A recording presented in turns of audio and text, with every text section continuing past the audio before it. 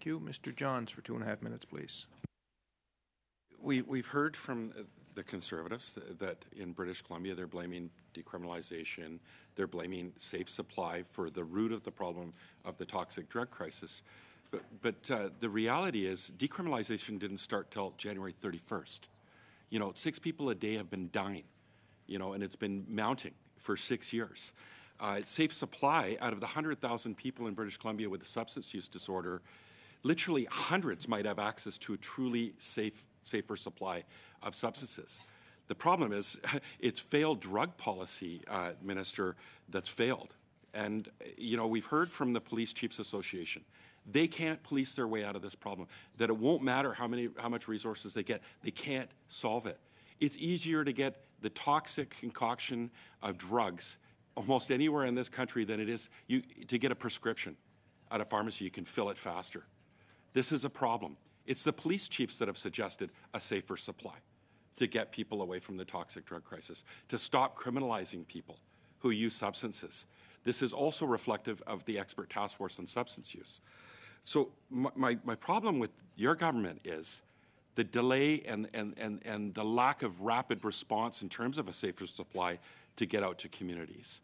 It's not a diversion of safer supply that's killing people. It's the toxic street drugs that are killing people. So when are you going to scale things up? I keep asking the procurement minister if you've reached out and asked her to procure a safer supply of substances so you can scale things up. When? When will that happen?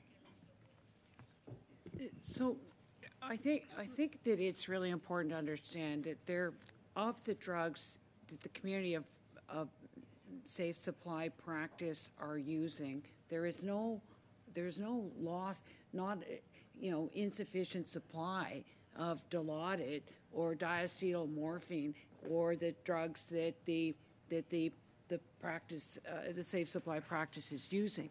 The problem is there's not enough practitioners comfortable enough to use it, and so that we have to actually move differently. Mr. Johns, you took 1.5 minutes to pose the question. Mr. Johns, please allow the minister to finish. You took 1.5 minutes to ask the question. My concern is that in the coroner's report, only 30% of the deaths were people with diagnosed opioid use disorder who would go to a doctor to get theirs. The people are dying are people in the trades, using alone, dying alone, people who aren't going to go to the doctor for safe supply.